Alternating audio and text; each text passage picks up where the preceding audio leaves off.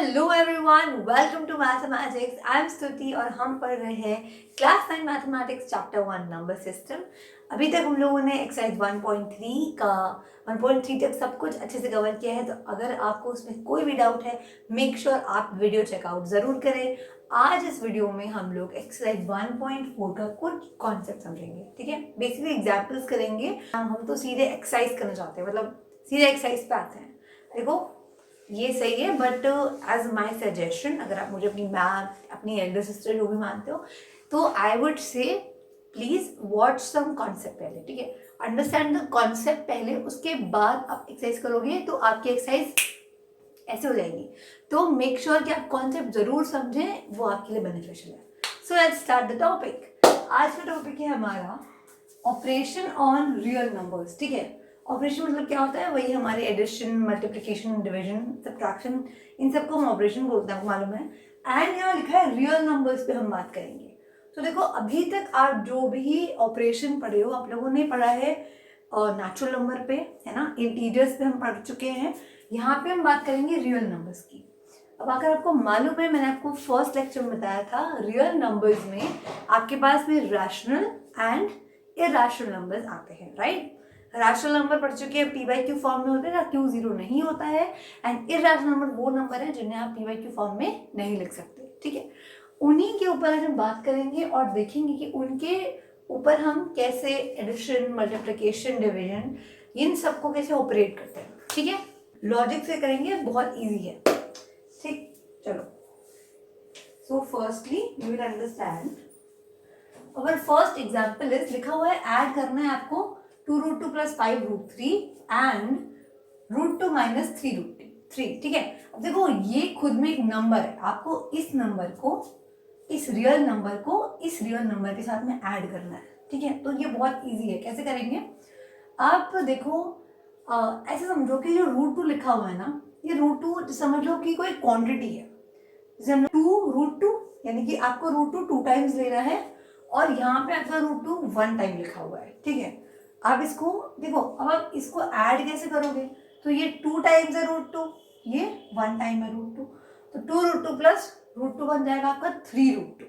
ठीक है, इसको आप एज अ आइडेंटिटी समझो कि मतलब ये कोई चीज है, तो ये 2 बार है, ये 1 बार है, ऐड करोगे 3 टाइम्स हो जाएगा।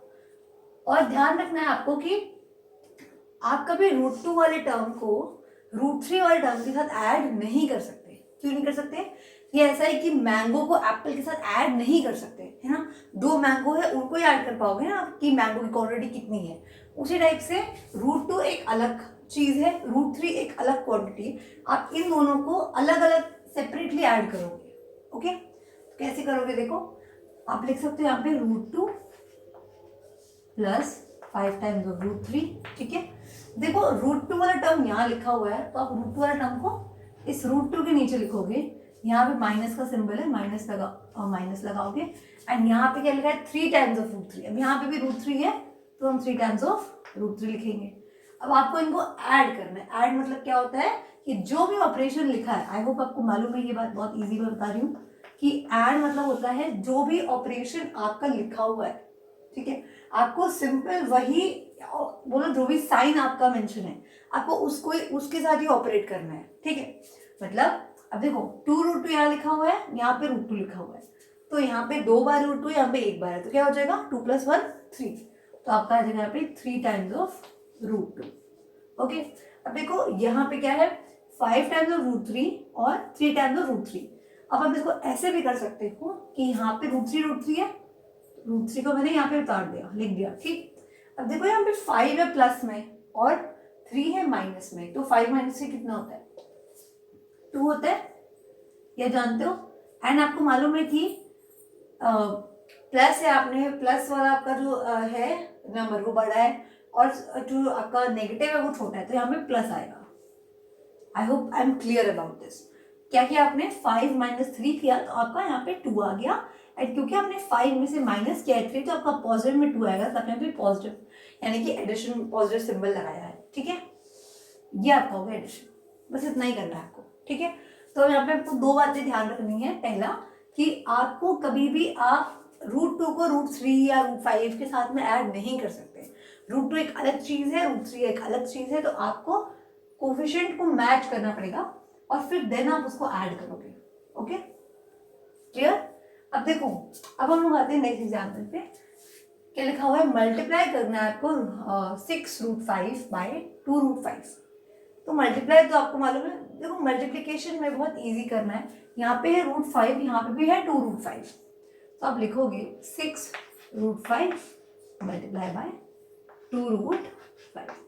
अब आपको मालूम है कि देखो एक ये आपका रैशनल नंबर है ना, ये आपका इरैशनल नंबर है, ठीक है। अब इनके बीच में कोई साइन नहीं लगा, इसका मतलब क्या होता है? इनके बीच में मल्टीप्लिकेशन का साइन लगाया। ये जानते हो ना आप, जैसे अगर लिखते हो कभी 6x, 11 हमने पढ़ा होगा, तो इन दोनों के बीच में कोई साइन नहीं लगा हुआ है, तो हम ऐसा मानते हैं कि इनके बीच में मल्टीप्लिकेशन लगा हुआ है, राइट? वैसे ही ये एक रैशनल नंबर है, ये एक इरैशनल नंबर है, इन दोनों के बीच में कोई साइन नहीं लगा, मतलब ये मल्टीप्लिकेशन में लिखे हुए हैं। तो आप क्या लिख सकते हो कि 6 into equals to 6 into √5 into 2 times into √5। इसमें कोई प्रॉब्लम तो नहीं है? क्या किया मैंने लिखा 6, आपका √5 6 टाइम्स था, मतलब 6 से मल्टीप्लाई था, मैंने इसे खाली ओपन करके लिख दिया है और 2 into √5 कर दिया। अब आपको मालूम है कि √5 into √5 क्या होता है? √5 into √5 क्या होता है? आपको मालूम है कि √5 into √5 आपको बन जाता है 5, ठीक है। क्यों ऐसा होगा? क्योंकि √5 into √5 आप करोगे, इसका मतलब क्या हो जाएगा कि ये 2 टाइम्स लिखा हुआ है, क्या मैं लिख सकती हूँ √5 का स्क्वायर, ठीक है। अब स्क्वायर से क्या होगा? आपको मालूम है ये स्क्वायर रूट लगा हुआ है और यहाँ पे स्क्वायर लगा हुआ है, दोनों आपस में एक दूसरे को क्या कर देंगे? कैंसिल आउट कर देंगे, एंड आपको मिल जाएगा यहाँ पे 5। Right, clear? ठीक है, तो यहाँ से आप क्या लिखोगे? यहाँ पे आप इसे लिख सकते हो 6 into 2 into √5 into √5। कोई दिक्कत तो नहीं इस पर? मैंने क्या किया? मैंने केवल अपने नंबर्स को शफल कर दिया है, 2 को यहाँ ले आई हूँ, 5 को तो लेकर ले गई हूँ। अब आपको मालूम है, आपको मालूम है √5 into √5 क्या होता है? 5 होता है, तो आप लिख सकते हो 6 into 2 into 5 हो गया। अब 6 2 क्या होगा? 12 and 12 5 60, तो what you will get here? 60 is your answer. क्या है? सिंपली मैं आपको फिर से बता दूं कि आपको बोला गया है आपको इन दोनों नंबर्स को मल्टीप्लाई करना है। अब आपको मालूम है कि जब एक रैशनल और एक इरैशनल नंबर साथ में लिखे होते हैं तो उनके बीच में अगर कोई भी साइन नहीं है तो हम मानते हैं कि उनके बीच में क्या है? मल्टीप्लिकेशन का साइन है, ठीक है। तो आपने जैसे इसको ओपन कर लिया, अब आपको पता है √5 into √5 क्या होता है? 5 होता है, तो आपने इसको यहाँ पे 5 लिख दिया and then you solve it, as simple as that. अगला क्वेश्चन है आपका, आपको डिवाइड करना है 8√15 को बाय 2√3 कि आपने लिखा 8√15 अपॉन 2√3। अब आपको पता है क्या मैं 15 को लिख सकती हूँ? 15 को लिख सकती हूँ 5 into 3, इसमें कोई दिक्कत तो नहीं है? क्या मैं 15 को 5 into 3 लिख सकती हूँ? 5 से क्या होता है? 15 होता है, तो मैंने क्या किया? इसको खाली ओपन कर दिया फैक्टर्स के अंदर, तो मैं इसको ऐसे लिख सकती हूँ क्या? तो 8 into √15 को लिख सकते हो 5 into में 3 अपॉन 2 टाइम्स ऑफ √3। अब देखो ये एक प्रॉपर्टी होती है कि जब आपके रूट में कोई मल्टीप्लिकेशन में होता है, ठीक है, 2 नंबर्स हैं मल्टीप्लिकेशन में, तो आप उसको लिख सकते हो √5 into में √3 अपॉन में 2 टाइम्स ऑफ √3। क्लियर हुआ? क्या किया मैंने कि मैंने 15 था उसको मैंने पहले उसके फैक्टर्स में ब्रेक डाउन किया। अब मैंने बोला कि रूट में प्रॉपर्टी होती है कि आप इसको लिख सकते हो √15 into √3। अब आप जानते हो कि ये लिखा हुआ है क्या? √3, तो √3 से क्या हो जाएगा? कैंसिल आउट हो जाएगा। 2 1 2 होता है, 2 4 8 होता है, and you will get 4√5 and this is your answer. Clear हो गया? तो कुछ नहीं किया, लॉजिक लगाया हमने और क्या किया है? 15 को यहाँ ब्रेक किया है, मल्टीप्लाई को यहाँ ओपन करा है एंड डिवाइड कर दिया है। So this is your few example जिसमें हमने एडिशन देखा और मल्टीप्लिकेशन डिविजन दोनों देखा, ठीक है। Thank you for watching. I hope कि आज का लेक्चर आपको समझ में आया हो। मेक श्योर कि आप इसको खुद से एक बार अटेम्प्ट जरूर करें। Keep learning.